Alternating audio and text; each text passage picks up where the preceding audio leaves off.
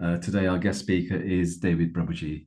David Prabhuji was born and raised near the north coast of Ireland, and he had a keen interest in sports, representing his school at rugby and athletics. At the age of 17, his career took off literally, where he gained a scholarship from the RAF in flying. He later went to Durham University, and partway through his course, his world was changed through Srila Prabhupada's books. In January 2000, age 20, Prabhuji joined the ashram at Bhaktivedanta Manor, completing introductory training and moving full-time into the book distribution department. A year later, he completed the Bhakti Shastri diploma in Philadelphia and later resumed his studies at the University of Oriental and African Studies, where he graduated with a BA First Class in the study of religions with Sanskrit and Bengali components. In 2004, Prabhuji traveled to Vrindavan, where in Srila Prabhupada's room, Radha Damodar Mandir, the temple pujari asked him to compile and research further from Srila Prabhupada's purports, transcribing his research using an old Italian typewriter. From 2005 to 2009, Prabhuji moved to Maypur, teaching and writing curriculum at the Bhaktivedanta Academy, Gurukul. In that final year, he got married in Maypur and had his first child in the Dham during 2011. The family moved to Bavaria to continue their services, and then to Germany, where their responsibilities were to take care of the cows. Moving back to Ireland for a short period at their family home, then returning to the manor where Prabhuji started teaching philosophy at Avanti House Secondary School. The arrival of their second child during 2020 led another change in Prabhuji's career, who is now supporting his wife with her pastry business, as well as growing in his filming, writing, and music skills. Prabhuji is also engaged in regular speaking of Krishna consciousness at the temple and at devotees' homes. You may have seen him, but if you haven't, then don't forget to look out for him at the stage during theoretical performances at festivals. Welcome, Prabhuji, to Learning Bhagavatam. Hare Krishna. Hare Krishna. That's quite an introduction. Don't know how I'm going to live up to it, but anyway, we'll continue.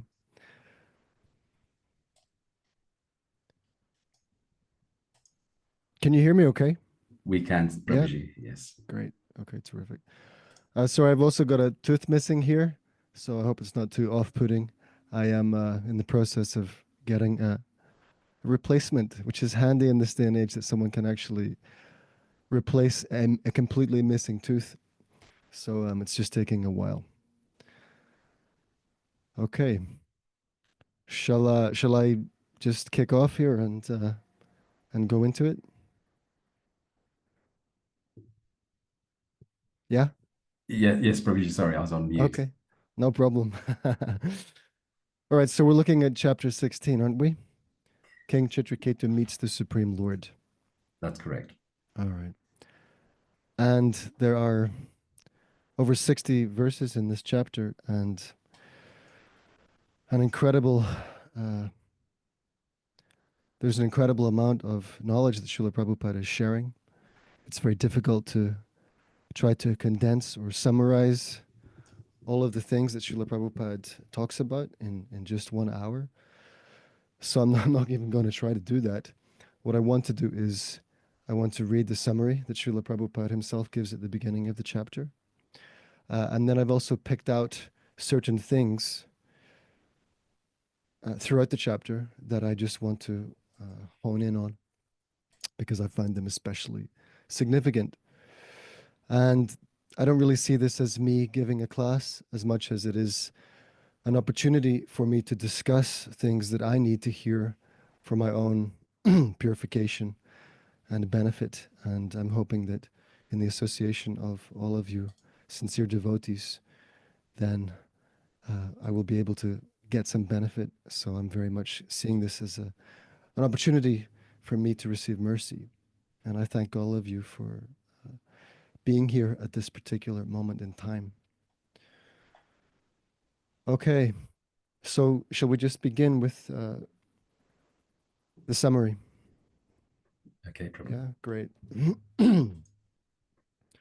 First of all, Nama Om Vishnu Paraya Krishna Parishtaya Bhutale Srimate Bhaktivedanta Swaminiti Namine Namaste Sarasvate Deve Gauravani Pracharine Nirvishesha Shunyavadi Paschatare Shatarine Jaya Shri Krishna Chaitanya Prabhu Nityananda Shri Advaita Gadadhara Shri Vasadi Gaura Bhaktivinoda Hare Krishna Krishna Krishna Hare Hare Hare Rama Rama Rama Hare Hare.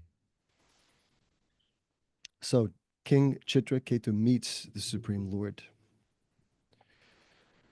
As related in this chapter, Citraketu was able to talk with his dead son and hear from him the truth of life.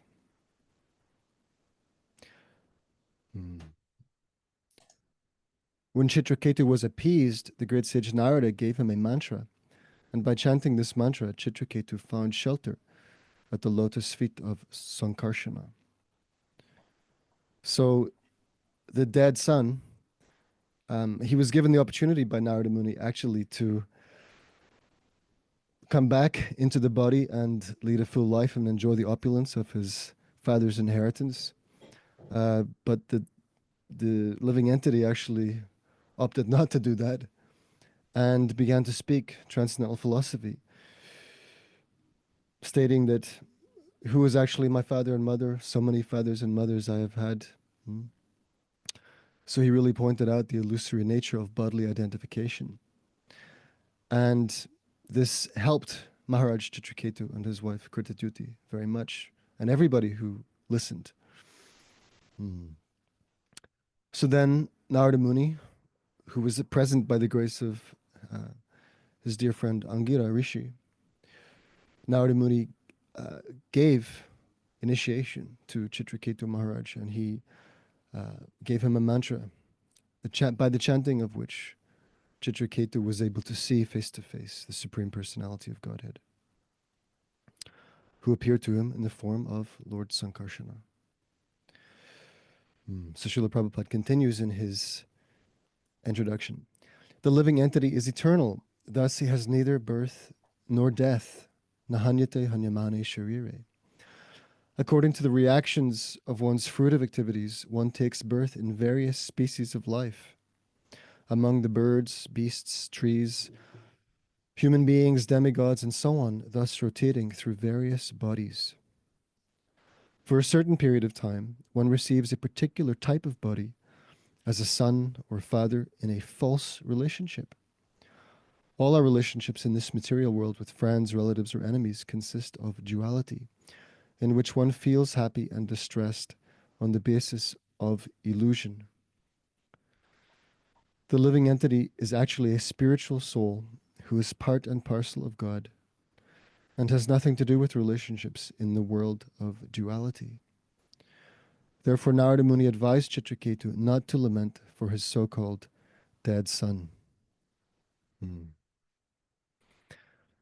After hearing instructions from their dead child, Citraketu and his wife could understand that all relationships in this material world are causes of misery.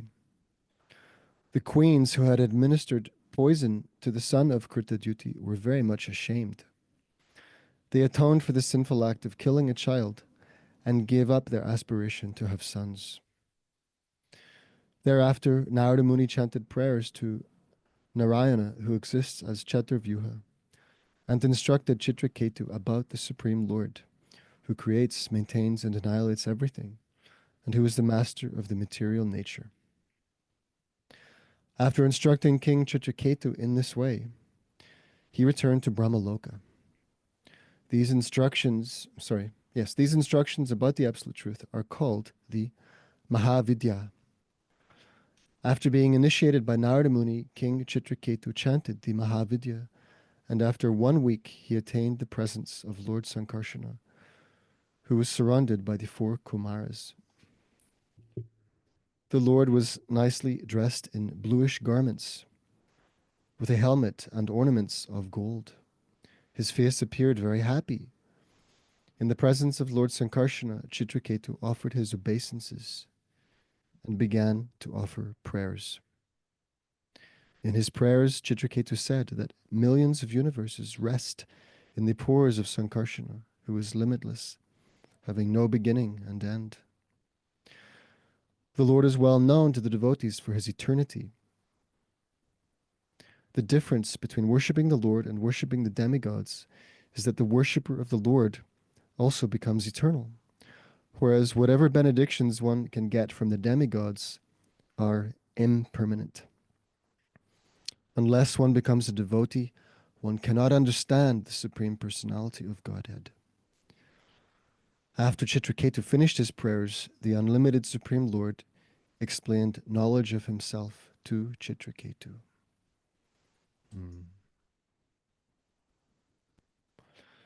Okay, so I can't do better than Srila Prabhupada in giving a synopsis of the chapter. Now, there are certain things I've selected, I've highlighted that I find very interesting myself, but because I know the nature of time and how quickly it goes, I thought I would offer it to any of you if there is something specific that you want to look at or discuss or even ask, since I am so bold and shameless to presume to answer. Does anybody have anything before? I mean, as I said, I'm happier if you do. Otherwise, I have some things I can get into. But if it's a discussion, then it's more likely to, yes, Sadhvi has something. Hare Krishna, thank you very much for today. Hare Krishna. In my understanding, Citraketu is exalted king, right? Mm-hmm. How is it possible that he doesn't have understood or learned about that we are not a body and we are not die, we don't die, or the soul don't die, and still need to talk to himself, his son. You know what I mean? I don't understand the reason of it. Yes. Because while we are fraternizing with Krishna's material energy, then naturally we are under her dictation. So one may hear a transcendental philosophy like, we've heard it so many times. You're not the body. Bodily relationships are based on, right, the temporary nature of the material world. They're not factual. There is reality to the material world because it's Krishna's energy, but the relationships that we invest in are not, they're certainly not permanent, right? That's an understatement. They come and they go, and then naturally the attachment morphs into indifference, right? Somebody dies, we lament, but then we forget everything about that relationship. So because of our association with this material nature and not being constantly engaged in Krishna's loving service, then we are prone to be overcome by illusion and duality and false attachment. So it was required that Citraketu Maharaj actually had the association of great devotees from whom he could hear this truth. First of all, Angira Rishi instructed him, helped him. Yeah. Then he obtained the boon that he wanted. He got the son, right? And he was told that this son will bring you both jubilation and distress, lamentation, shoka, right?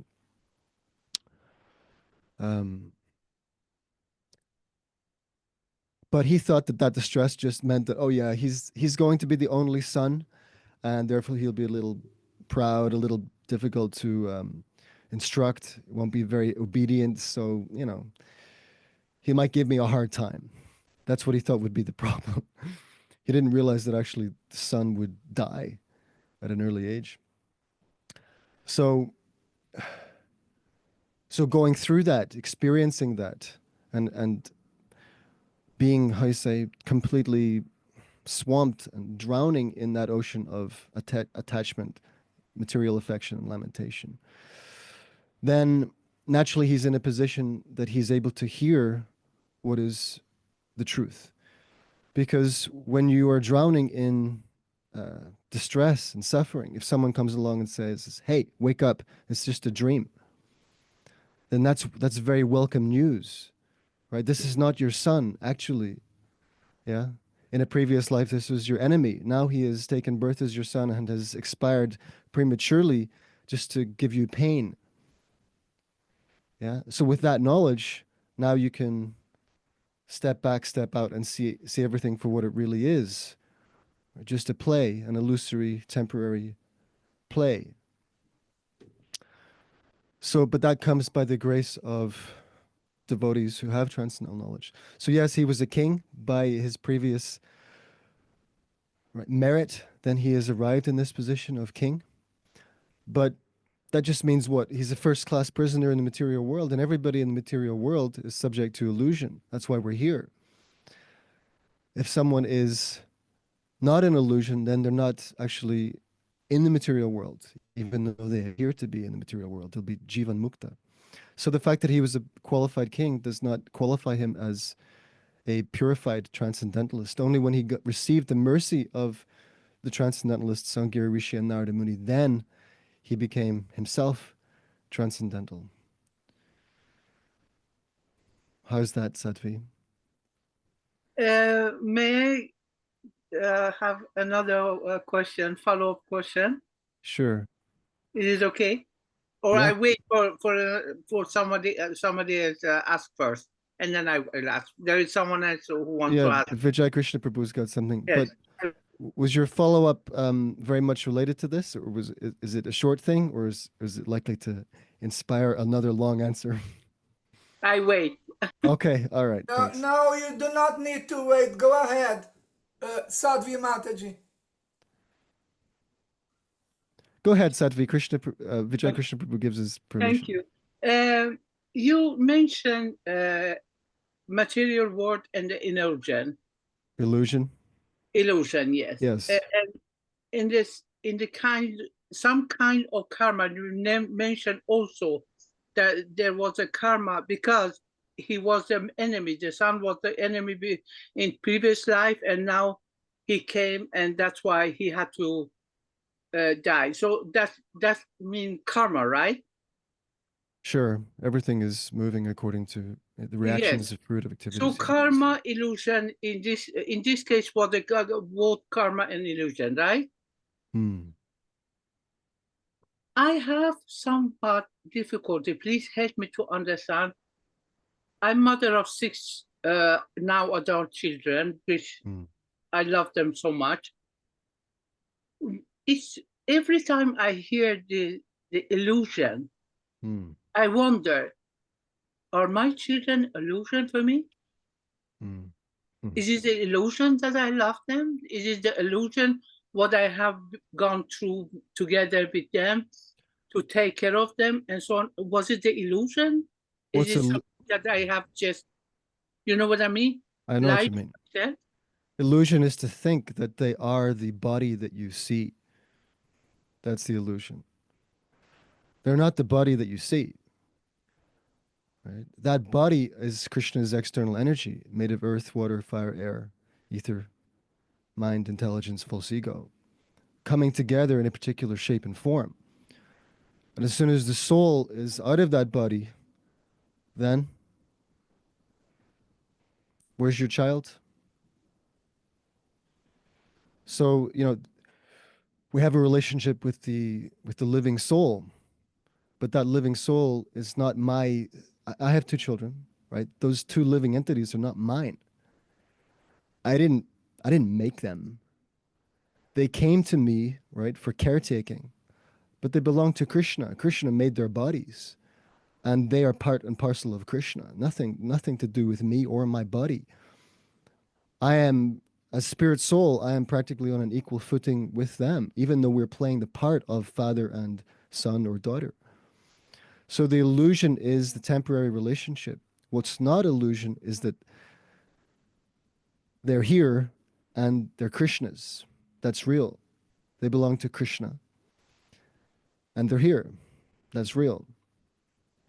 But I am not the father of those living entities. You're not the mother of those living entities. We are simply caretaking, playing a role like actors on a stage. And we do that duty for Krishna's satisfaction to the best of our ability. And the duty is to help them realize transcendental knowledge and to develop their love for Krishna. That's the actual duty of the parent. Is that okay? Thank you. Hare Krishna. Okay. Where did Vijay Krishna Prabhu go? I'm here. David Prabhu, can you hear me? I can hear you. Yep. Yes. If you do not mind reading again the second sentence of the summary you just read. The second sentence, like from the very beginning, the exact second sentence, yeah? Exactly. When Citraketu was appeased, this one, Yes. the great sage Narada gave him a mantra. And by chanting this mantra, Citraketu found shelter at the lotus feet of Sankarsana. Yes, thank you very much. You're most kind. Dandavat pranams. This is the quote, the sentence. So based on this sentence, my question would be, you know better than me that what is being offered to us by the Brahma Gaudiya Madhva Sampradaya, Brahma Madhva Gaudiya Sampradaya, is not any mantra. It is the Maha Mantra, the Hare Krishna Maha Mantra. So if my exact question would be, if I chant the Hare Krishna Maha Mantra, what is it that I am going to find? That would be my question.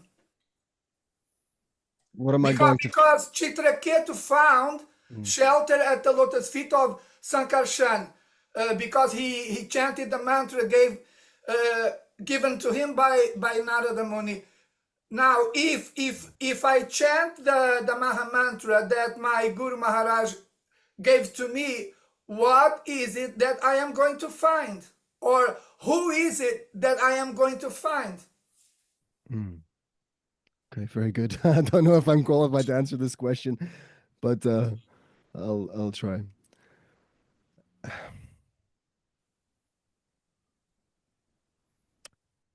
My understanding as Rupanugas is that we will find Vrajendra Nandana Krishna and his eternal consort in the supreme blissful abode of Sri Vrindavan Dham. If our Guru Maharaj is follower of Srila Rupa Goswami. And we should also find, therefore, the association of Sri Chaitanya Mahaprabhu and his intimate associates. Is that okay? Yes, Prabhu, that is okay. Thank you very much. Hare Krishna. Hare Krishna. Okay, does anybody else have anything from the chapter or from the purports? Can I? We've got Janaganya Mataji with her hand up. Janaganya Mataji, would you like to ask? Hare Krishna. Thank you, Prabhu, for enlightening us so simply and understandably. I'm just thinking about the poet Khalid Khan, I think his name was. He said, "Children come through us." I'm just responding to Mataji, her question. So they don't belong to us. So if we start thinking that's my child, I brought her up, I love her so much, you're not going to be able to receive the kind of a detachment we're seeking. And so we get entangled in that way. And I find that helps me to think about the children come through us. Yeah. They don't belong to us. And also we house them because of our karma. And we receive the individual because of their karma. So they're placed in our lives to match the need. That's what I understand it to be. I don't know if I'm correct, but Yes, very good. Yeah, absolutely, of course. You know, we can look at it like that. We're just instruments in that's right. Yeah, fulfilling their journey, their needs. Absolutely. But if we really look at it more minutely, then we really have nothing to do with it. You know, I mean, that's right. Yeah, Krishna everything, is the doer. Yeah, nothing to do with it whatsoever, right? yeah, Because I'm the soul. I'm riding in this machine of a body. I'm not identical with the body. So all of the operations, all the actions performed by the body, and all of the byproducts of the actions of the body have nothing whatsoever to do with me. mm, I'm just going along for the ride here, and this is Krishna's energy producing all causes and effects. Yeah, it's yeah, Krishna. When we do the Garbhadan Samskara at the time of conception of the child, right? One of the mantras is that the Lord is the one who is fashioning the form, right, for the living entity to take shelter in. He is the one who supplies the body, creates the body of the living entity coming into the womb. It has nothing to do with it, you know. a very good description. You just said we are just the instrument. Yeah, just we just happen to be here, Yeah, you know, at this place and time. And it's Krishna, his energies that are doing everything. That's something that's mentioned in this chapter. Srila Prabhupada says that, you know, the senses and everything about what we experience only works because Krishna's energy moves through it. You know, the brain is active during wakefulness and also during sleeping, but during unconscious, deep, dreamless sleep, then it's not active. But the only reason the brain is able to function and accomplish anything is because Krishna, as a super soul, activates it. Prabhupada actually uses the word electrifies. Electrifies. So he is the master, and he can give and withhold power for things to happen as he chooses. Yeah. Thanks for your question, or thank you. for your Well, further, and Keshav further. Swami Maharaj says, if we can remember Krishna is the doer, we can't go wrong. Yes, Yeah, right. And Haribol. Shakti Prabhu, and finally, would you like to ask your question, please? Hare Krishna, Davidji. Hare Krishna, Shakti Prabhu, yeah. Hare Krishna. Sorry, I don't want this to turn into a Q&A before even jumping into the class. I don't know if you're going to touch on this with what you've already planned to share with us, but what really hits me in this summary is how Krishna chose to come as Sankarsana. You know, he didn't come as Pradumana, he didn't come as Anuruddha, he came as Sankarsana. When Gajendra called out for Narayan, Narayan came.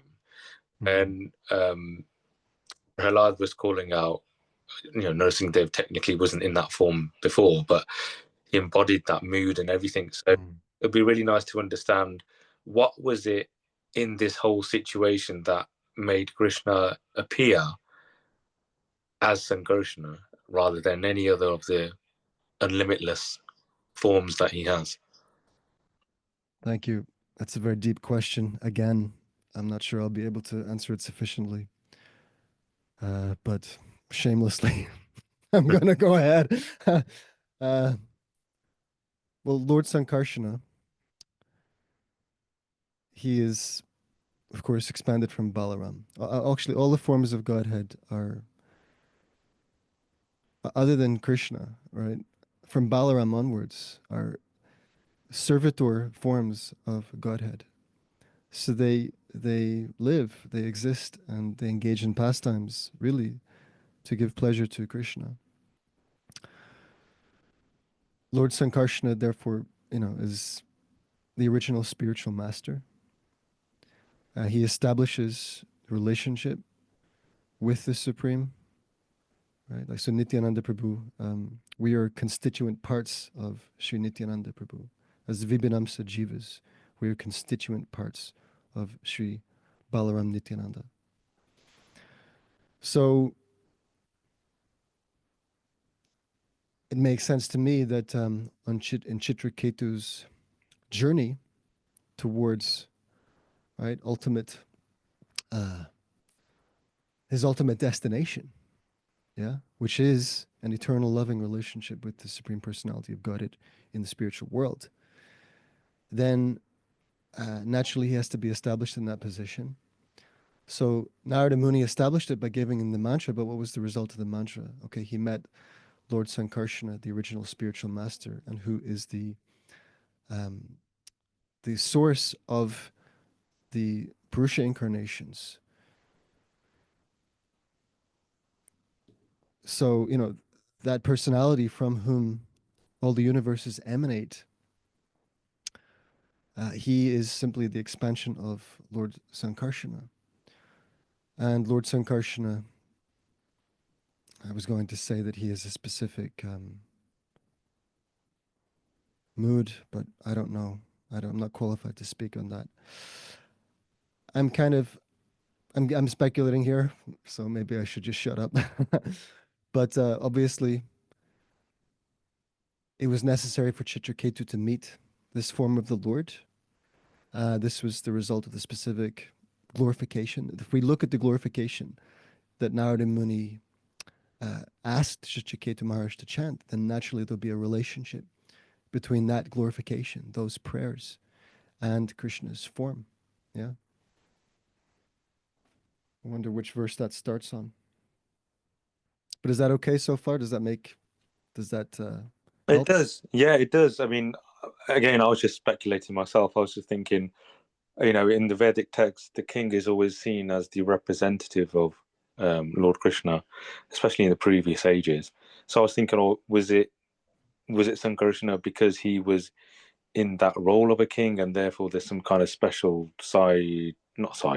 special kind of situation where that's why he came, because he was a king, and the king is there to ensure that the citizens are serving Krishna. So my speculative sort of logic was going along those lines. But yeah, it's interesting. Sure. I mean, I'm sure there's a very good answer, but whatever I've said, that's the best I can do. No, that's great. Thank you. Yeah, and if we look at those verses, if we look at the mantras that Narada Muni gave him, then I think it'll be more clear. I'm just trying to look for where it begins. Anyway, let's not waste time. I mean, Dharmendra Prabhu, are we like strict on time? Like, do we finish? Not at all. We can go on, Prabhu. There were a few more hands up, Okay. but what we'll do is I've asked them to raise their hands at the end of the class. Otherwise, we'll never get to the subject matter at Sure. all. Well, So this is I mean, this is all the subject matter. I mean, discussion and questions and specific Sure. things that we bring out related to the topic of the chapter. It's all connected. It's all nectar, and like I said, we're doing this for our own benefit and purification. I am not any kind of expert in Srimad Bhagavatam, to say the least. But let me have a look at a few of the things that I pulled out. Text 11, first of all. I don't know how easy it will be for you to pull this up, but you're welcome to try. Yeah. So I found this very interesting. Srila Prabhupada says that Maharaj Citraketu was advised that remaining neutral in such trying circumstances as the death of one's son is impossible. Right, so, the dead child was able to speak by the grace of Narada Muni and pointed out the reality of the situation.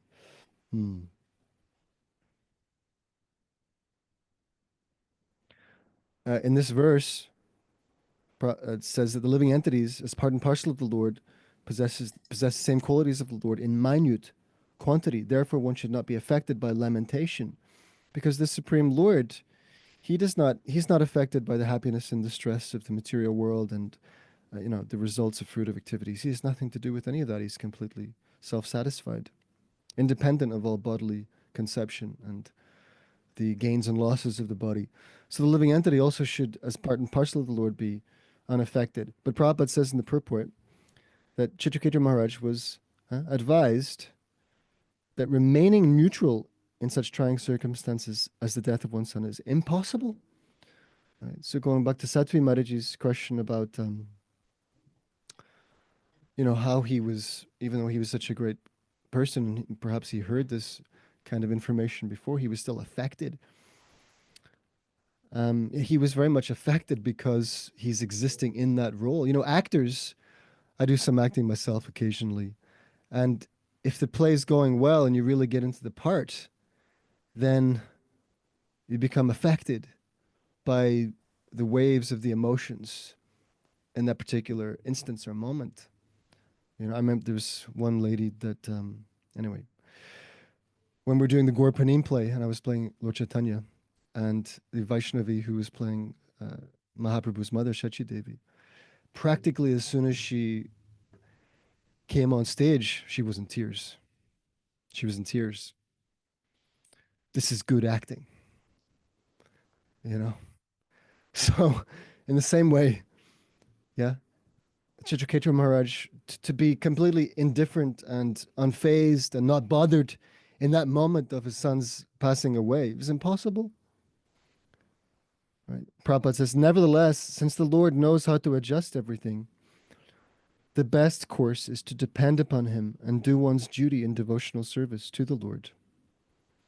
Right? So that should be our focus, even though we may get affected, and do get affected, by the waves of material energy, attachment and affection, and on the temporary platform. Our focus should simply be, I belong to Krishna. I'm meant for his satisfaction. What is the service? What is the duty that he's given me? Let me just try to focus on that and get on with it. Yeah, and allow these feelings to pass through me, pass over me. Not get too hung up on them. Not allow them to overwhelm or linger for very long. But experience it, recognizing that this is just what it means to kind of be caught up in this place. And the more I'm situated on the platform of undeviated devotional service, then the easier it will be to, be unaffected. Okay. What else have I got here? Oh yeah, there's actually quite a lot I've got, but we'll take it bit by bit. So the other thing was that Srila Prabhupada uses this example quite a lot, that when you put an iron bar in fire, then the iron bar practically acts as fire, even though it's not fire, but it is fire. Right? And this example, this analogy can be applied in certain ways. So Srila Prabhupada writes, this is the purport to text 24. He writes that red hot iron can burn, but it cannot burn the original fire. Therefore, the consciousness of the small particle of Brahman is fully dependent on the power of the supreme Brahman. I'm completely dependent on Krishna. And Krishna says in Bhagavad Gita, right in the 15th chapter, Matasmitir Jnanam Apohanam Cha. Right, from me, Krishna says, the conditioned soul receives memory, knowledge, and forgetfulness. The power for activities comes from the Supreme Lord. And when the Lord withdraws this power, the conditioned soul no longer has energy with which to act through his various senses. Right, we take it for granted. I'm doing this, I'm doing that, I'm going to do this, going to do that. I have so many big plans. Yeah. And in order to fulfill all of those plans from one day to the next, we require a functioning intelligence, mind, and physical body. And as soon as there's a little problem, like a few weeks ago, I pulled my hamstring when I was out training. And immediately I had to pull up and I couldn't run anymore. And I was like, damn, because was only a couple of months previously that I pulled the hamstring on the other leg, and I was back, and I was in, but I pushed it too far, and then I pulled the hamstring on my left, and then I was like, darn, this is going to take another 2 or 3 weeks.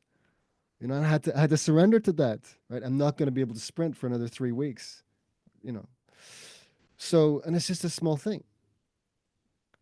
And as soon as Krishna decides to withdraw, you're done. You can't do it. So he withdraws, at his will, at his behest. And we no longer have the energy to act.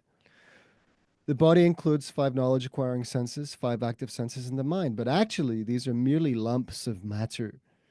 For example, the brain is nothing but matter, but when electrified by the energy of the Supreme Personality of Godhead, the brain can act, just as iron can burn when made red hot by the influence of fire, right? The whole body, including the mind, the subtle body, is just a lump of matter.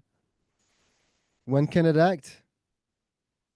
When it's electrified by the energy of the Supreme Lord.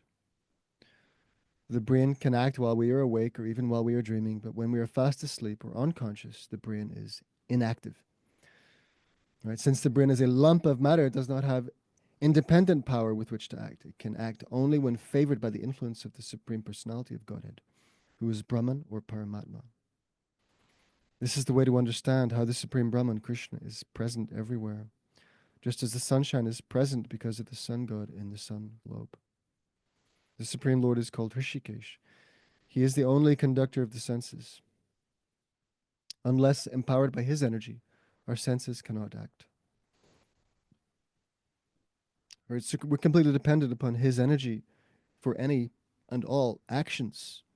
Totally, utterly, completely dependent. This is what it means, ahankara vimudhatma.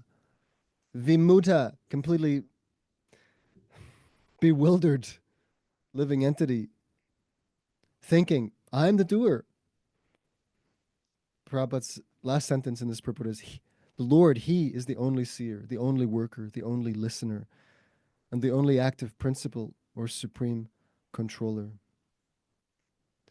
And our ability to do anything first depends on Krishna's desire to do it. Srila Prabhupada in the first canto of Bhagavatam, he says that we can see when the Lord sees. Right? When he manifests the power of seeing, then we can see. And as soon as Krishna withdraws it, finished. No power. Okay. What's next? All right, this was another interesting thing. This actually kind of made me a little depressed. But because this is text 26. Yeah. So Srila Prabhupada writes in the purport that when Angira Rishi first came to visit King Citraketu, he didn't bring Narada with him. Right? It was only after the king's son, right, had expired that Angira brought Narada along. The difference, Prabhupada writes, the difference was that in the beginning, Citraketu was not any temperament of renunciation. But after the death of his son, when he was overwhelmed by his great plight, he was awakened to the platform of renunciation by instructions regarding the falsity of this material world and material possessions. This is the heavy sentence. It is only at this stage that bhakti yoga can be instructed. As long as one is attached to material enjoyment, bhakti yoga cannot be understood. This is confirmed in Bhagavad Gita 244. Right, so Vairagya, Bhaktivinoda Thakur, Sarvabhauma Bhattacharya, he mentions Vairagya, Vidya, and Nija Bhakti Yoga. This knowledge of renunciation and Bhakti Yoga are parallel lines. One is essential for understanding the other. So as long as we are hung up on material enjoyment, what do we really understand about Bhakti Yoga? And I don't mean like theoretical. Anybody can theoretically get to grips with an idea. There are so many academics who know all about Vedic philosophy, right? Even they may study Bhagavad Gita, Bhagavatam, and they can tell you what it says, but what does it mean to them How is it applicable in their life? And are they interested in loving Krishna? So it's heavy, right? The king was not ripe, not ready to hear what Narada Muni had to tell him, as long as he was embroiled in false bodily affection.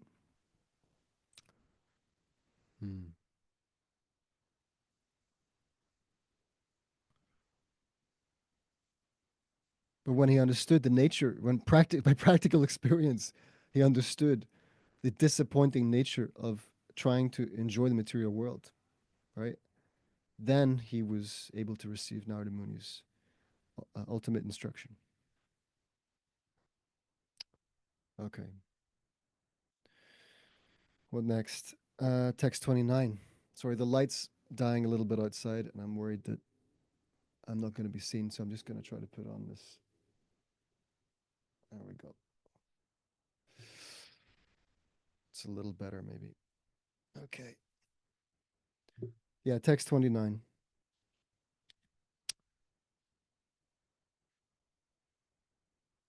So, I mean, the first thing was that after Citraketu Maharaj chanted this mantra, then he became endowed with various opulences. He became Vidyadhara Pati, right? He became the ruler of the planet of the Vidyadharas. And a few days after, then he attained the shelter of the lotus feet of the Lord, Anantadeva.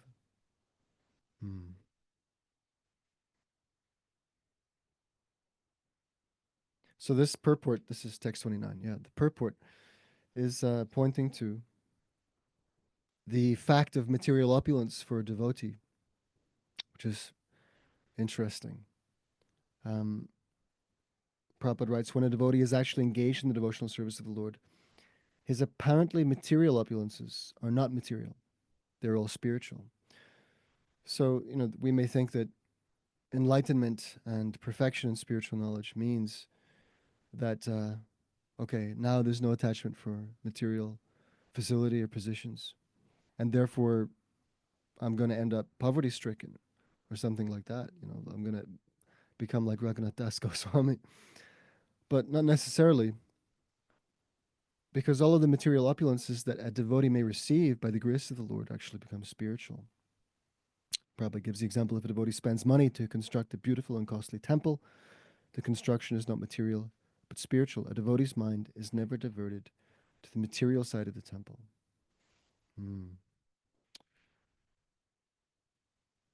Prabhupada later says, nothing in devotional service is material, everything is spiritual. Consequently, a devotee is awarded so-called material opulence for spiritual advancement. This is a very interesting statement. A devotee is awarded so-called material opulence for spiritual advancement. This opulence is an aid to help the devotee advance toward the spiritual kingdom. So it may be that opulence is required by a certain devotee to advance toward the spiritual kingdom. Thus, Maharaj Citraketu remained in material opulence. He remained in material opulence. This, right? But he has had darshan of the Supreme Lord. He's been purified by the blessings of his spiritual master. And obviously pleased, satisfied the Supreme Lord in the process, and is situated very much in the platform of bhakti.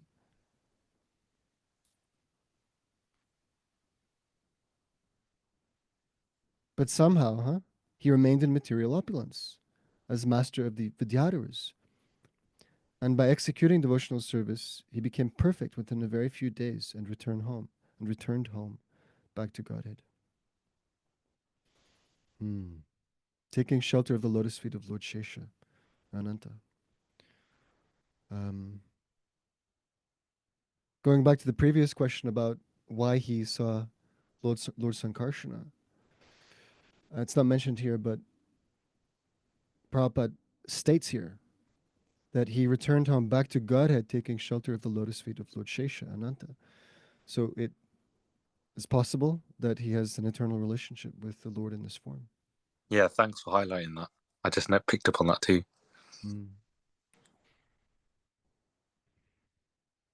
Okay, good. A karmi's material opulence and a devotee's material opulence are not on the same level. Right? And then Srila Prabhupada quotes Madhvacharya, Srila Madhvacharya, who says, by worshiping Lord Vishnu, one can get whatever he desires. This will come up a little bit later as well. Srila Prabhupada talks about, yes, the verse from the second canto, Akama sarva kamava moksha kama udarati tivrina bhakti yogena yajeta purusham param. That if one is broad-minded, if one is actually intelligent, and one is sarvakama, has material desires, all desires under the sun, then the really smart thing to do is to take to the serious devotional service of the Lord. Tivrena bhakti yogena. Worship with intense devotion the Supreme Person. And Krishna will take care of your problem. And problem means desire. Yeah. The kind of paradox or the interesting thing is that you have some problem, some desire, and you realize, okay, the only way I'm going to be able to handle this or reconcile or solve this problem is to go to Krishna. So we worship Krishna, we take to the path. And what's the result?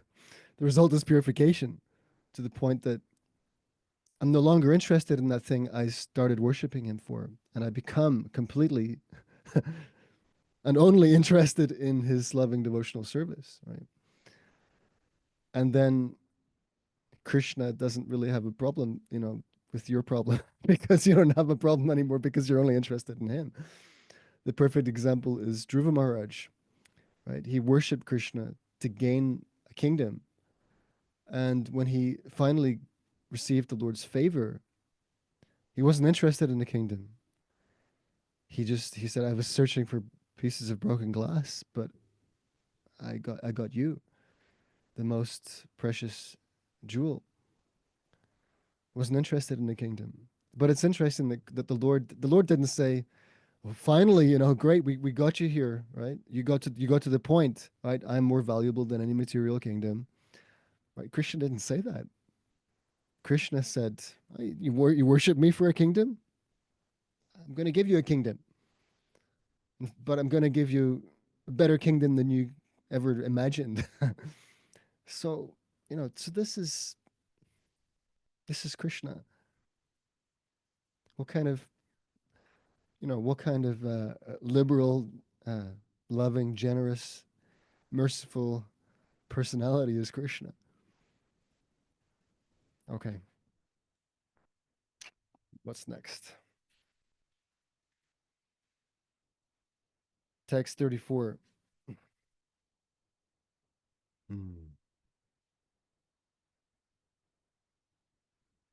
Okay. This is also sobering because it really tells us what is the nature of devotional service, real devotional service, and where we might be at. Yeah, text 34, second paragraph. Srila Prabhupada writes, pure devotees are described as samamati, which means that they never deviate from devotional service under any circumstances. It is not that devotees worship the Supreme Lord only when happy. They worship him even when in distress. Ergo, right? That means devotees might find themselves in distress. And what do when they're in distress? They continue their worship of the Supreme Lord. Happiness and distress do not hamper the process of devotional service. Therefore, Srimad Bhagavatam says that devotional service is ahaituki apratiyata, unmotivated and uninterrupted.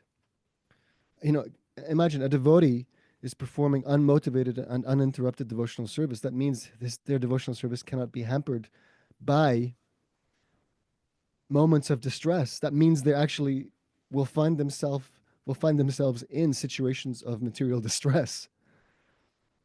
And still, their devotional service, their endeavor to satisfy Krishna goes on. When a devotee offers devotional service to the Lord without any motive, Anyabilashita shunyam. His service cannot be hampered by any material condition. It's not how I want it to be. I wish I had this, I wish I had that. I'm not comfortable, right? I have this problem, that desire. Yeah.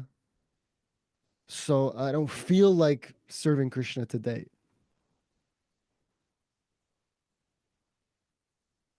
Well, then you're not engaging in the process of devotional service, pure devotional service. Right? And then what is the value of my so-called pure devotional service when everything in materially, everything in my external environment is hunky-dory? Right? The birds are singing, the sun is out, the rainbow is beaming across the sky. Everybody says hello to me and wishes me a good day, and there's lots of money in the bank, and right, I'm getting all the recognition I want for all of my extraordinary talents and achievements. Yeah? And thank you, Krishna. Yes. Hare Krishna, Hare Krishna, Krishna Krishna, Hare Hare. Sure, I'm sure the Lord is grateful that my devotee is acknowledging me, recognizing me when the going is good, right? But how much more valuable is the devotional service? How much more appreciative is Krishna when the going is not good and I turn up and say, Hare Krishna, Hare Krishna, Krishna Krishna, Hare Hare. I want to please you, Lord. Never mind that the roof just caved in, or I lost whatever it was. Yeah, or nobody says good day to me, or nobody recognizes that, I'm expert in this particular field, and my ego is bent out of shape. And regardless of all of that, I'm going to try to connect with Krishna and please him.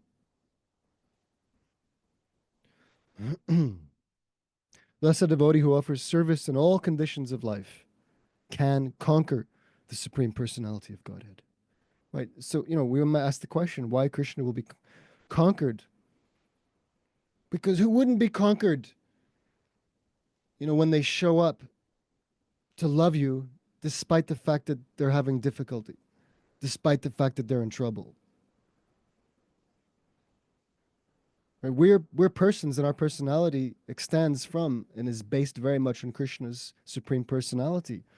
So if we see it in our own psychology, how we can be purchased, how we can be conquered by somebody who's dutiful in our direction, even when it's hard,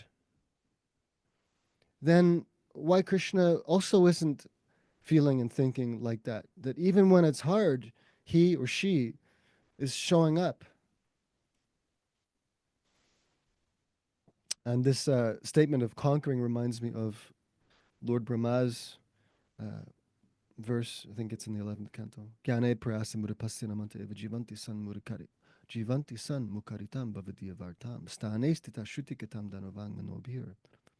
Ye prayasho jita jitopyasi taistrilokyam.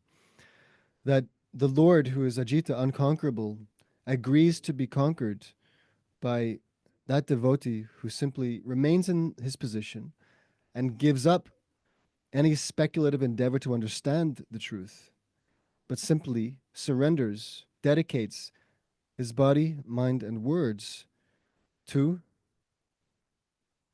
the vibrations glorifying the Lord, spoken by the Lord's pure devotees. Just to surrender your body, mind, and words to Srimad Bhagavatam, to the vibrations of Krishna's devotees. Hearing and chanting. Krishna agrees to be conquered.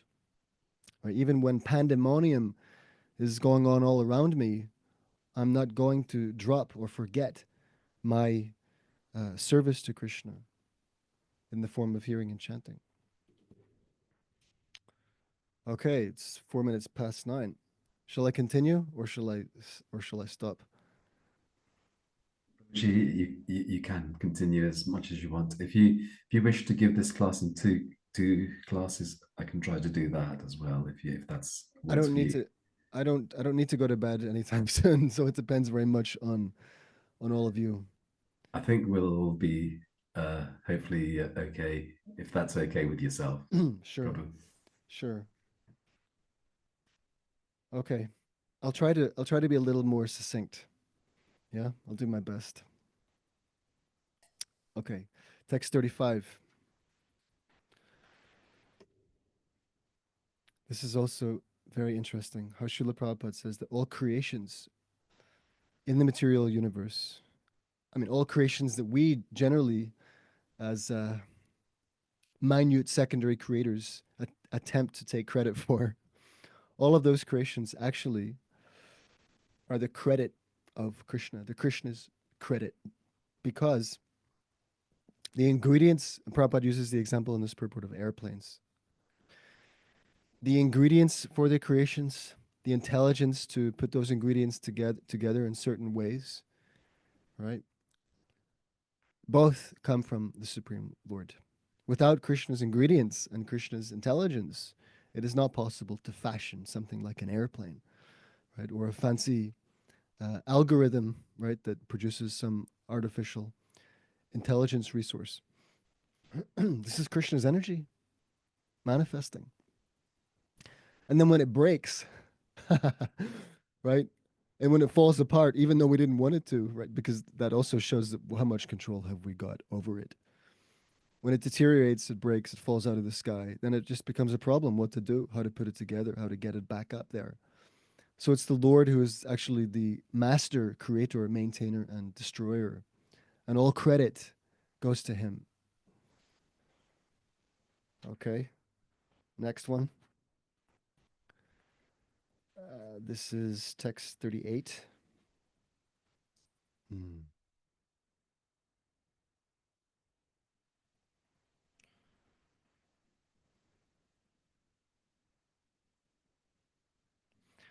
So the prayer here is that one should avoid worshipping the demigods because all of their benedictions will vanish. Yeah, just like the nobility vanishes when a king is no longer in power. So it's unintelligent to worship the demigods for anything, really. One should be respectful towards the demigods, but it is not necessary to worship them. And one should not worship them, actually. Rather, one should endeavor and one should spend all of one's energy worshiping the Supreme Lord. Srila Prabhupada writes in the purport, a devotee should not hanker to obtain material opulence by worshipping the demigods, but should engage in the service of the Lord, who will satisfy all his desires. And then he quotes this verse that we mentioned earlier from Bhagavatam 2.3.10, akama sarva kamova. Whether full of material desires, free from material desires, or desiring liberation, a person who has broader intelligence must by all means worship the Supreme Whole, the Personality of Godhead. This is the duty of a perfect human being, one who has the shape of a human being, but whose actions are nothing but those of an animal is called Narapashu or Dvipada Pashu, a two-legged animal. A two-legged animal. Comes in the shape of a human being, but not acknowledging, not recognizing, not offering glorification to and serving the Supreme Lord, the very source of my existence and happiness. A human being who's not interested in Krishna consciousness is condemned herewith as a narapashu, right? Two-legged animal. But if we have something that we're hung up on, then engage in the service of the Lord who will satisfy all his desires. And just bringing this over to the next verse, text 29.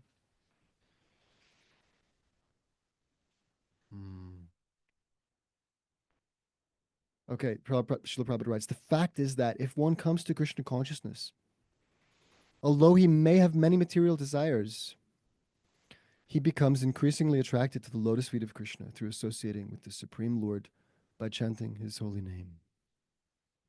And thus becomes uninterested in attachment to material enjoyment, right? So this is the result that despite being sarvakama, we come to Krishna, we surrender to Krishna, put our faith in Krishna, attempt to please Krishna, right?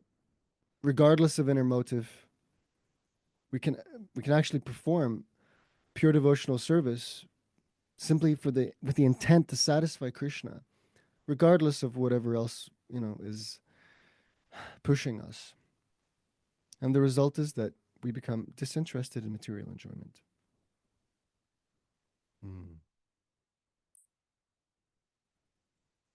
If one comes to Krishna consciousness somehow or other, even for material gain, the result is that he will be liberated, right? Whether for the satisfaction of material desires, or because of the influence of envy, because of fear, because of affection, or because of any other reason, if one comes to Krishna, his life is successful. Somehow or other, Prabhupada says, somehow or other, all right? A thief, even a murderer, Prabhupada says, somehow or other, if he comes to Krishna, his life is successful. Okay, text 40. This is interesting that Srila Prabhupada defines what is victory for the Lord. Everyone in the material world is seeking some sort of victory for himself, herself. What's Krishna's victory? Krishna's victory is that when the fallen conditioned souls in the material world are instructed by the Lord himself about Bhagavad Dharma and they adopt it, that is victory for the Lord. For he then reclaims these fallen souls.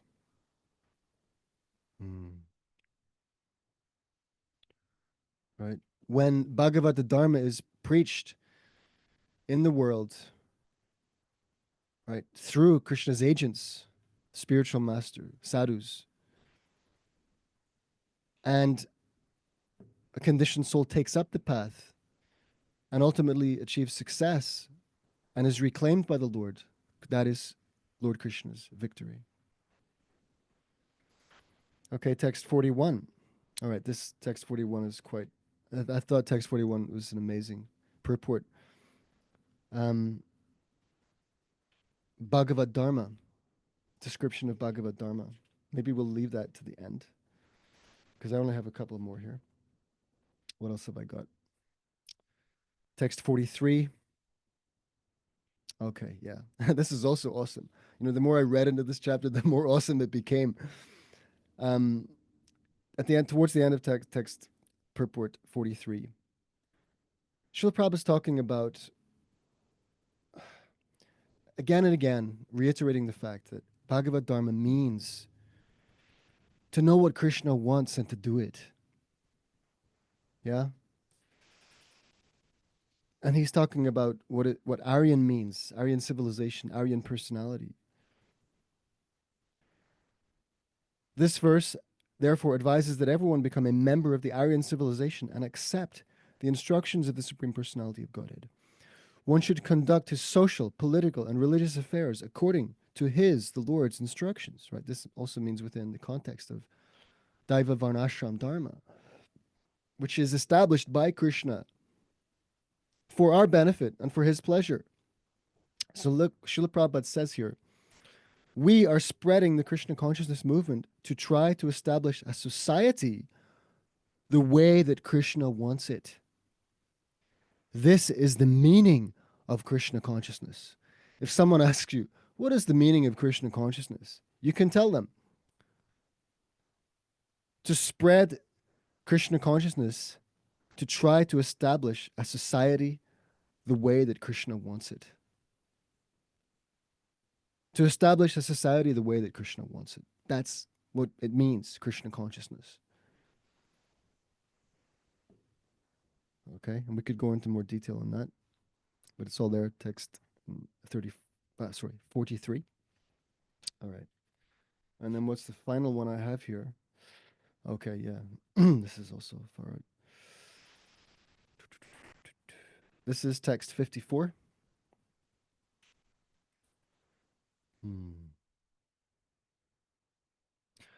So this verse is talking about the entire material experience, the entire material existence being nothing more than dreams. Whether, literally when you're dreaming at night or in your wakeful state, it is also a dream.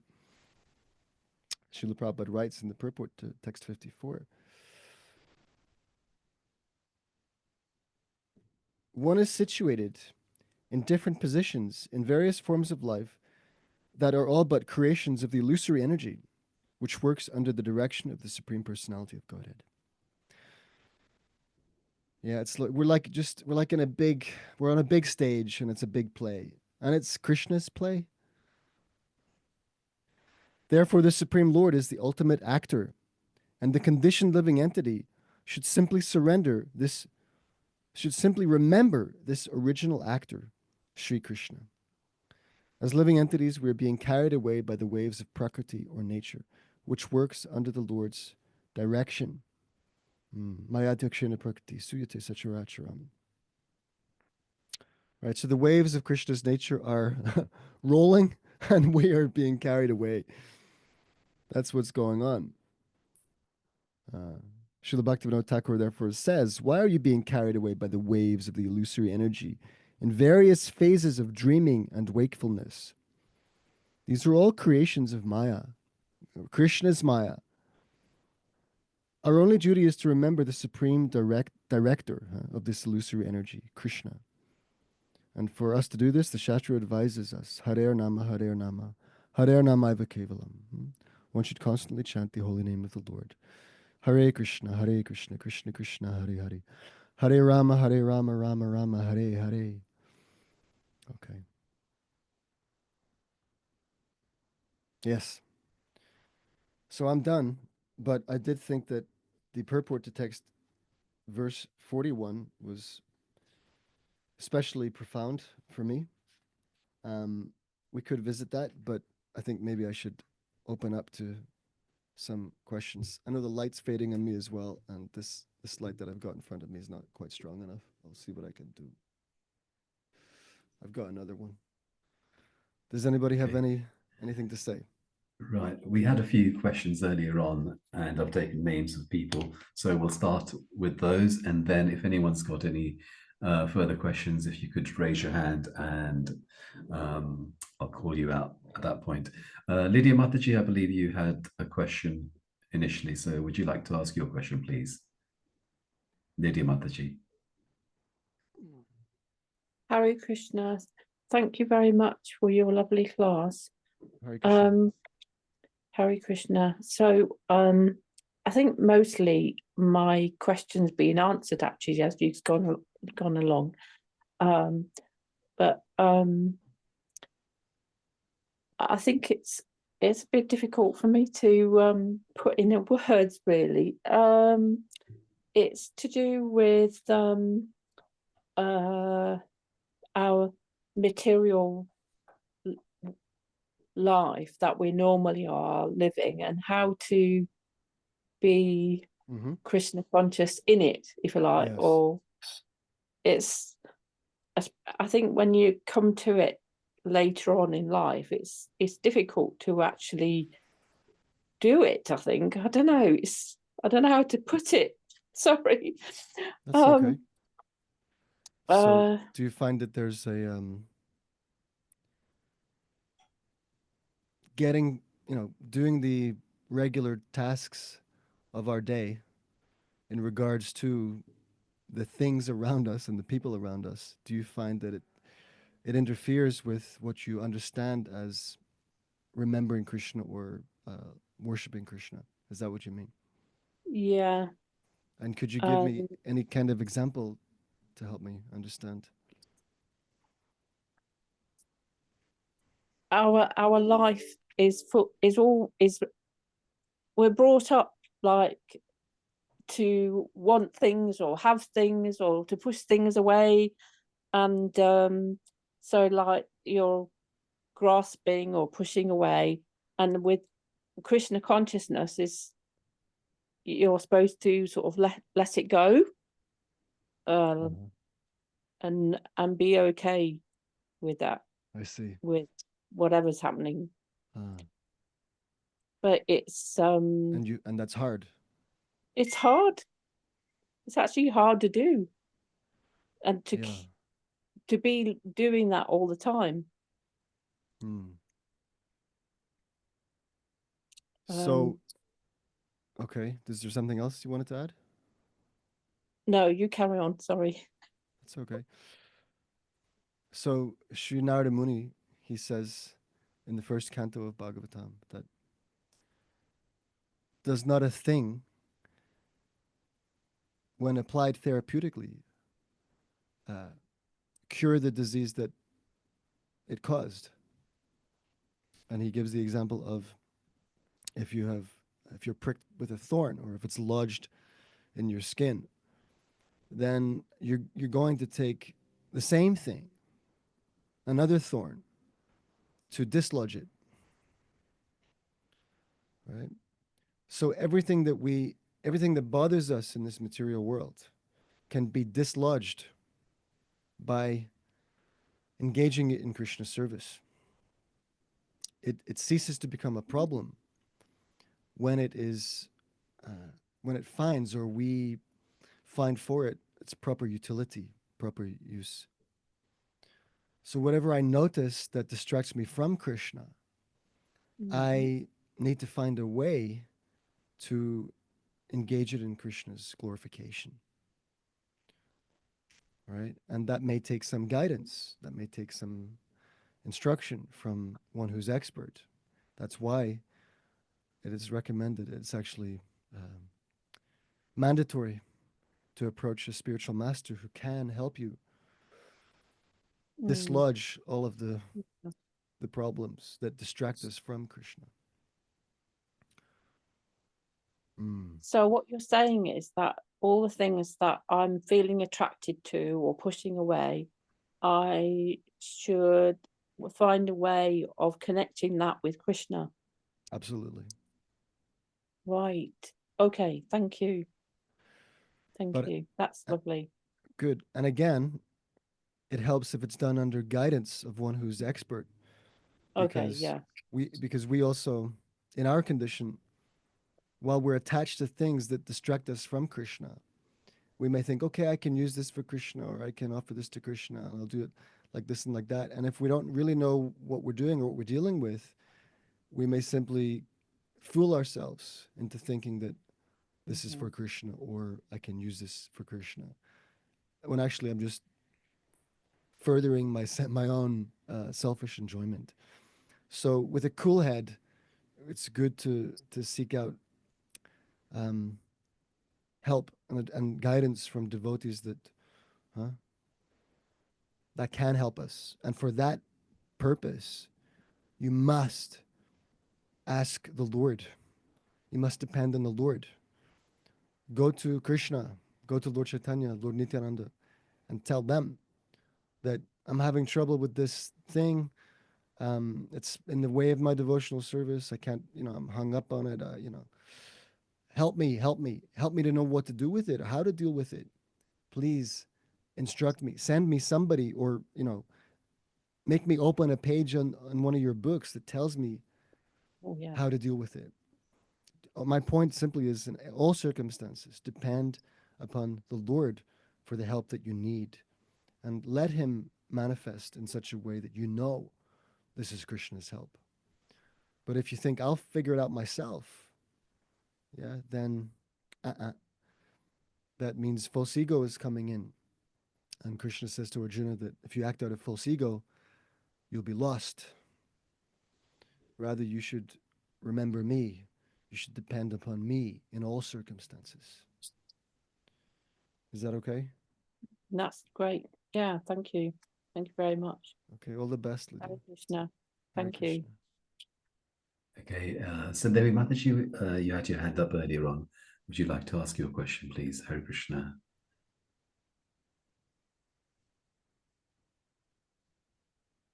Yes, Mataji, you're on mute at the moment. You had your hand up earlier.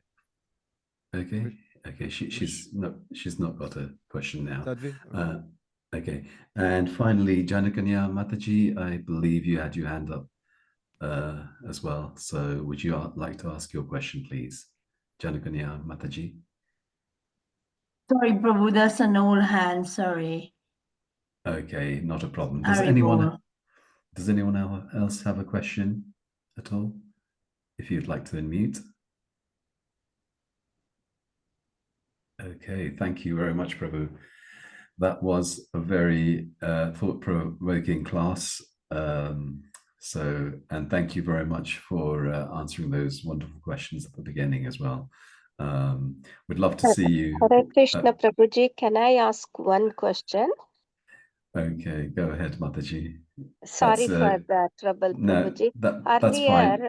Earlier, Prabhuji was saying what Krishna consciousness is. With anybody, you can say what Krishna wants in the society. Can you give some example of what Krishna wants in the society? So it will be very easy to explain if somebody asks what is Krishna consciousness is. What Krishna wants is man mana bhava mad bhakto madhyaji mam namaskaru mam evashasi yuktvavam atmanam matparayana. Always think of me, Krishna says.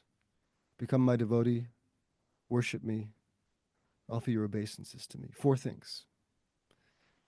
Right? What does Krishna want? He wants 4 things. Always think of me, become my devotee, worship me, and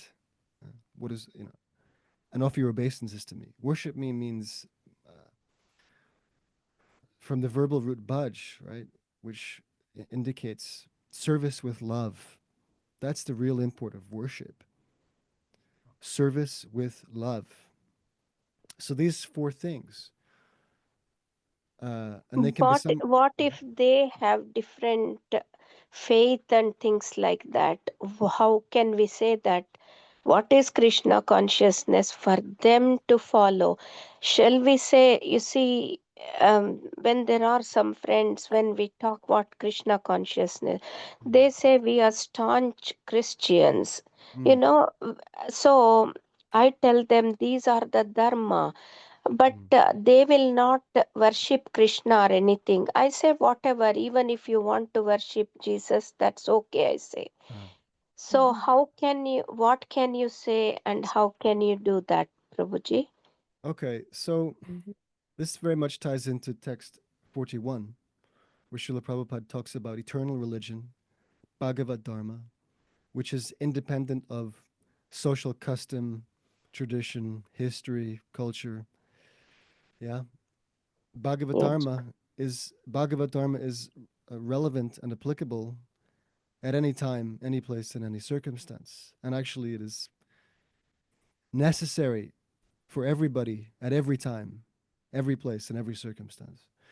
But if someone is not educated in Bhagavad Dharma, if someone does not understand, has not heard, does not know that they are a spirit soul, and that the Supreme Spirit Soul is Krishna, and that they belong to Krishna, if someone hasn't heard that, and they are bewildered by a temporary manifestation of cheating religion, which means religion for the sake of acquiring material prosperity.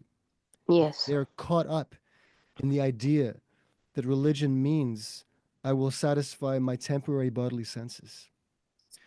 Then it is necessary to speak to them in such a way that they can appreciate common ground and they may be open to listening to what you have to present. And in that case, in such a case, then you stick to what is common. So Srila Prabhupada would often, when conversing with serious, Christian practitioners, of course, that's another debate, what makes a serious Christian practitioner. Srila Prabhupada says, first stop eating meat, then let's talk Christianity. Anyway, if one is dealing with someone who professes to be a Christian, then you can stick to the principle of God and love of God. Yes, we both recognize that there is a supreme personality who is in control and who loves his creations, who loves each of us, and it is our natural duty to love him. So how are we going to cultivate that love? How are we going to develop that love? And if you see the Lord, the Supreme Lord, because Supreme Lord by definition means there is only one. You can't have two Supreme Lords. So if I say Supreme Lord and you say Supreme Lord, then we're not talking about two different Supreme Lords. We're talking about one Supreme Lord. So if you see that Supreme Lord manifested in Lord Jesus Christ, then you glorify him, chant his names. And that is a wonderful process for developing your pure love for him. Thank you, Prabhuji. Thank you for your wonderful class. Thank you, Prabhuji. You're welcome. Hare Krishna. Okay, Krishna. yes. So Devi Mataji, you've now raised your hand. Yes, Krishna. thank you. Please forgive me. I know it's very late, and I beg all of you to forgive me. You mention all the time something about love, love, love. To do Joy. devotional service with love and so on. Mm. I give you a scenario, so a very short scenario, so you understand what I mean about that question. Mhm. Let's say I thrown in the jail. I don't know why. I don't get any answer from anyone why I'm thrown to the jail. In the jail, I've been beaten, I've been tortured, I've been raped, and so on and so on. And all the time, I still don't know why all this happened. Then I get out of the jail somehow, and then they ask me that you have to love the Gordon, jail Gordon, Borden, you know what I mean? Yeah, Warden, thank you. Jail warden, you have to love this person, you have to respect and love this person. And then I say, you know what? I respect this person. I'm going to be law abiding. I will do everything what the law and principle says. I will do it. But don't ask me to love this person, because what is love? This warden was there and saw me to be raped, to be tortured, and I still don't know why. I get now to hear, yes, you have done something you don't remember and so on. Okay, but then you say you have to love. I mean, it's kind of difficult when you don't know what love is yourself. When you never have been loved by anyone, when you have been tortured and beaten by mother and sibling and so on and so on, how to know what love is? You know what I mean? Yes. There I have a difficulty to understand. I mean, I have been a seeker all my life. I have always believed the higher power, always, still. And I have been seeking and I'm seeking and I seek. And I have read the Bible, I have read Quran. I was born in a Muslim family. The only time I found answer to everything, the creation, why we are here, how come we are here, everything, I found it in Srimad Bhagavatam.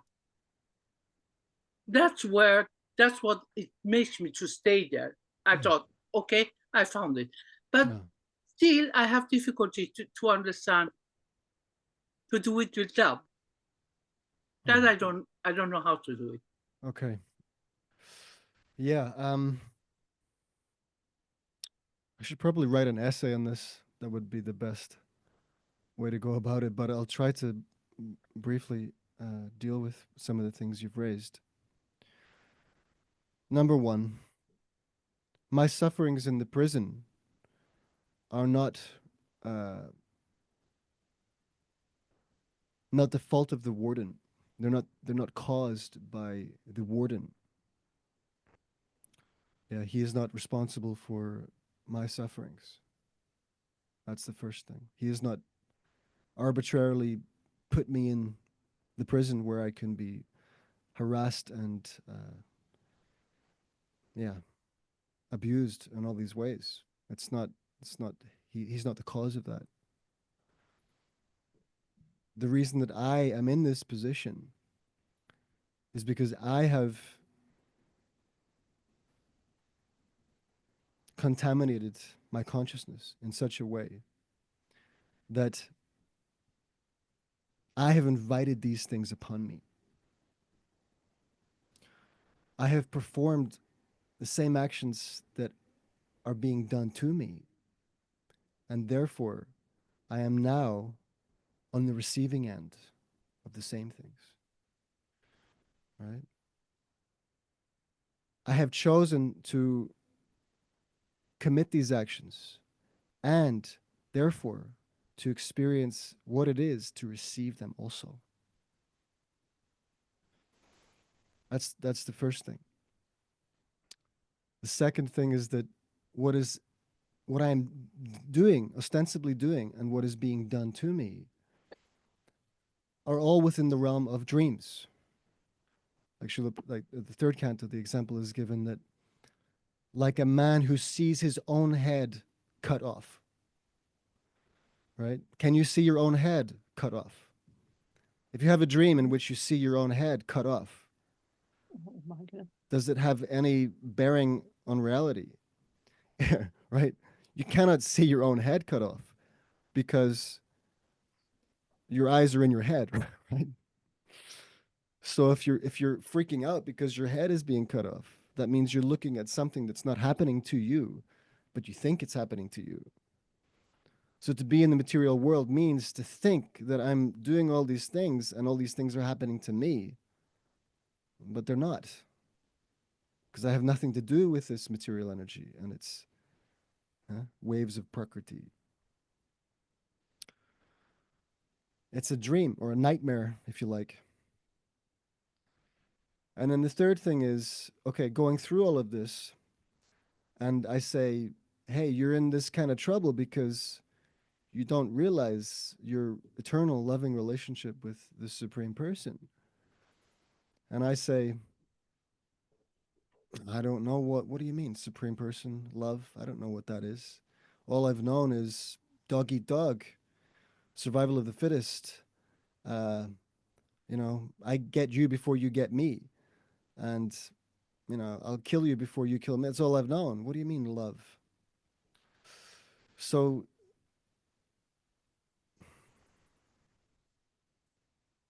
yeah, but you become attached to what you see as yours, don't you? Right? You love your car. You love your house. You love your sofa. You love your cat. You love your finger. If someone says, "Oh, your finger is diseased, I'm gonna have to cut it off," you're like, "No, save it, please. Somehow or other, save my finger." Right? So we're attached to what we identify as being ours, and then if there's a person that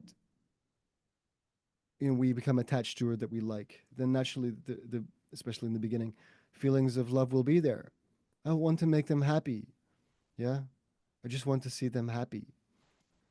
But it's perverted love, right? Because it's contaminated by lust, by the desire to selfishly enjoy. So the point is that love is not something that has to actually be acquired from anywhere else. It exists already inside the soul. That is the whole point of Krishna consciousness. This is not a process of finding what is not already in us. Srila Prabhupada says it's uncovering the original love that exists. Simply a process of uncovering that which exists. That love which exists already manifests while we're in this world in weird ways, in perverted ways. But it only does that because it's already there. It can't manifest in all of these perverted ways unless it's already there. You can't have lust unless love is the beginning. So all of these ways in which there is abuse and destruction based on lust is because the love, the natural love is there. It simply has to be uncovered. And all of the contamination, the pollutant must be washed off. Then we'll actually love. So the concept of loving someone or something is not alien to any of us. So if I say God is love, or God can completely accept, receive your love, and your love will find complete fulfillment being reposed in God, that's welcome news. Because now there's something, someone whom I can actually love and not be disappointed. Okay, then how to do it? Then that's the process of bhakti yoga. First, I have to hear about Krishna, his qualities, his form, his pastimes, his holy name. Hearing, Shravanam, that's the beginning, hearing and chanting. And but that continues all the way until perfection. This is quite a big topic. I don't know if that helped, Sadhvi. What do you think? Where I am where I am stuck is, we always talk about the soul is pure, right? Yes. And if the soul is pure, who is it who have done all that ugly things that now I got to experience? Who was it done it? If the soul is pure, how come a soul can do such a bad thing? You know what I mean? So I do, yeah. And I didn't mean that the warden who tortured me and why it's because of him. I didn't mean that. But I know. Okay. what I meant is the warden was there, look everything, but still didn't interfere in any way to make it easy. I mean, how can you say, for instance, to a 2-year-old girl who is being tortured, do this child knows why, and is the child's soul who have done it, or was the soul who we talk all the time is pure, who do all this bad thing? What, you know what I mean? There where I'm stuck in there. Sure.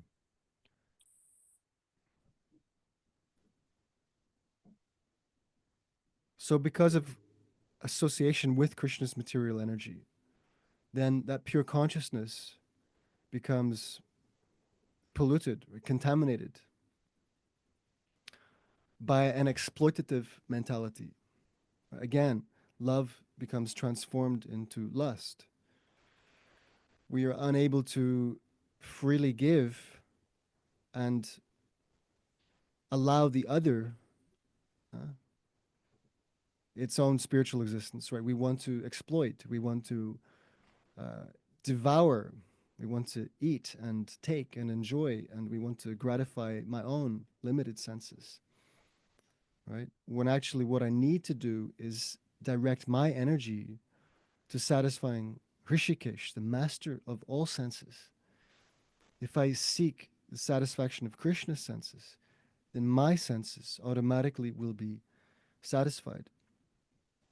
So the pure soul,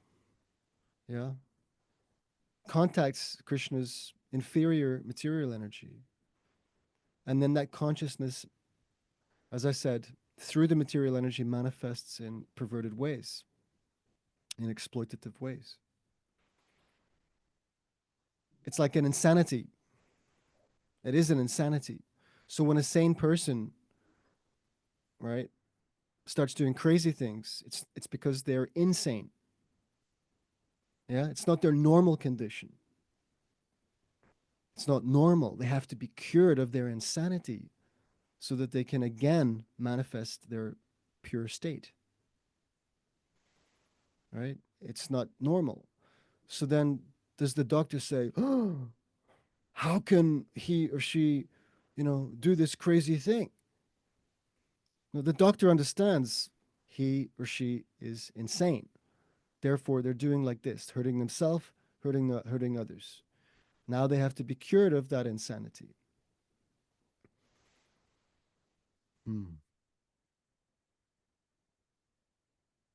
I had something else, but I've forgotten. How does that sit? Thank you.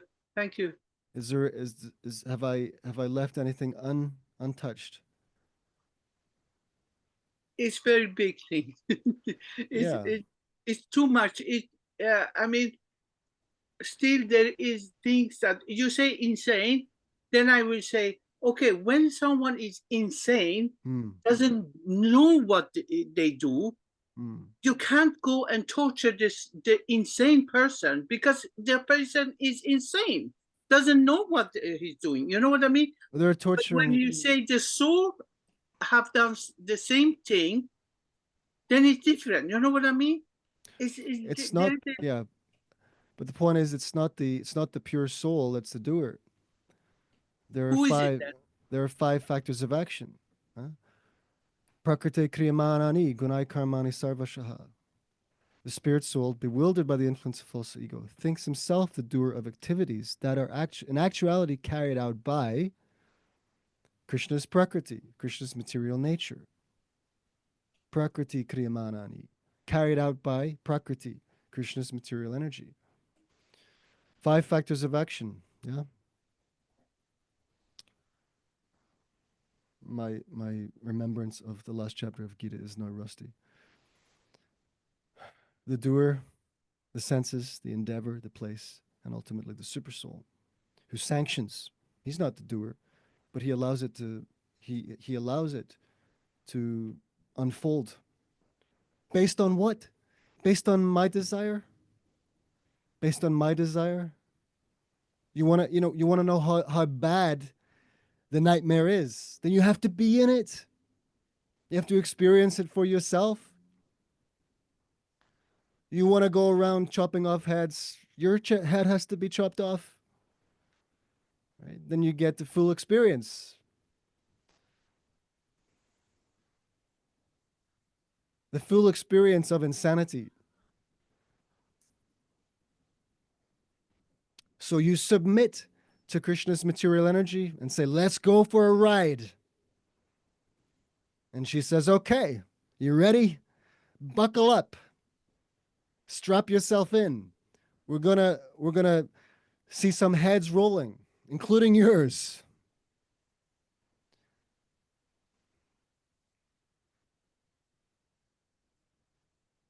And then when you had enough of the nightmare,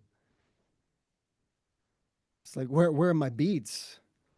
Where's Srimad Bhagavatam? Let me hear, the reality. Krishna, save me from this nightmare.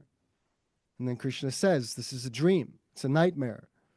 It's nothing. You have nothing to do with it. You're just riding on the waves of my material illusory energy. Seeing your own head cut off.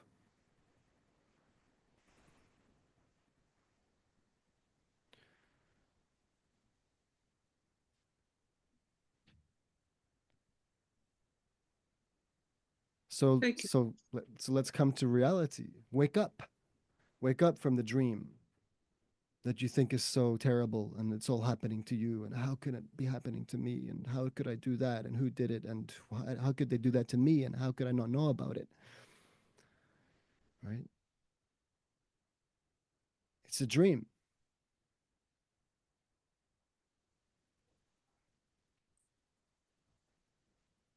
Given to us by the grace of Krishna's Maya Shakti, illusory energy. And it's like you go to, I don't know, you watch a movie, let's say. I don't know, devotees aren't supposed to watch movies.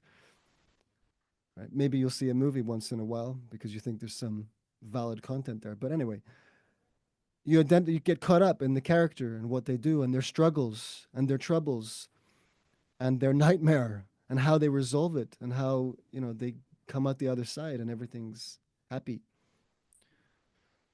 We become invested in that character and their story. Right? So in the same way, this persona is not me. It's just a character and a story, and I'm caught up in it and with it. Yeah.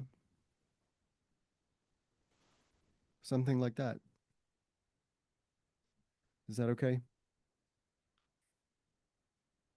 Hare Krishna. Thank you very much. Thank you very much, Prabhu. Thank you very much. Hare Krishna. Hare Krishna. Okay. Janakanya Mataji, if you'd like to ask your question, and we'll... Hare Krishna, my question, you just touched on the question about is the soul the doer? I don't believe it's the doer. It's this material. It's the doer in the form of desire. Yes, The yes. doer in the form of desire. He's the desirer. That's right. And I was thinking about love. How do we interpret love? And we see it as lustful most of the time. But if we can stop and think how you can channel your life into love, giving love and receiving love, it would be a better place to be in. I'm just thinking of Mata, thinking about it's the consciousness that we put ourselves in, and I know I don't like to say this, but karma that we come in, that's how we find ourselves entangled in the material world. And you know, if you do something like this in the last life, we often get told when we listen to kathas, they say you receive it in this life, and so on, and it carries on like a journey that you will come across these things. But our consciousness and our mind lead us to horrific thinking. Why me? Why me? If we can just stop and think, why me? And why is it happening? And think about karma and the act, and how can you repair that in this life to prevent it following you throughout your many, many lives. Yeah. So, yeah, that's what I was thinking. So Thank you. my question was, is the mind the doer? Is the soul the doer? The soul isn't the doer. The soul is there to house your material body and your material desires and everything else. It's up to you to change your journey. There are two roads you can take: the thorny, horrible, messy road, or you can take a nice, smooth, beautiful road that could change you. So really, we need to define love for ourselves. You know, love. This idea about love, we don't see it as loving each other in a giving and receiving way, and also love means Krishna. Love means yes, to love. exactly. There's no question of love without Krishna. Yes, that's right. As soon as, if you try to take Krishna out of the equation, there's no love. Because Krishna is the basis of love. And love is the basis of all peace and calm and bliss. Sure. So I think if we try yeah. and practice that, yes, and think of Krishna and think that Krishna is the doer, not us. We're not the doer. You know. Right. Like I said, we're the doer in terms of desire. Desire, yes. Super soul, the Lord is the doer in terms of the sanctioner, the permitter. Right. I have a desire. Krishna says, okay, that's what you want. I'll arrange it for you. And then through his prakriti, his material energy, right, apara prakriti, then he gets it done. Yeah. So I do believe that very much. So I have desires and I can't believe it come through. And then I think, do I want that or not? You know? So if you're conscious, that's what Krishna conscious is about, being conscious. I think that's helpful. Yes. Hearing and chanting and remembering about Krishna. Yes. That's the wake up medicine, the wake up remedy. Because the suffering is a result of this sleepwalk. This, like Prabhupada calls it, the night dream and the daydream. Let's just call it a nightmare. Let's call it for what it is. So the suffering is a result of being fully invested in this nightmare. So how to stop the suffering? You're gonna have to wake up. That's the only way. Because the karmic reactions will keep coming. As long as I'm not awake, I'll continue to identify with the dream, the nightmare, and all of the karmic reactions that are visited upon me. That means suffering. So if I want to avoid all of that, if I want to avoid the suffering that is entailed in the nightmare, then I have to wake up, and therefore I have to connect with Krishna. That means bhakti yoga, Krishna consciousness, hearing, chanting, and remembering about the Lord. Right? And then Prabhupada says in this chapter that if one takes shelter of the holy name of the Lord and chants without offense, then immediately one can be relieved of sinful reactions that otherwise one would have to suffer.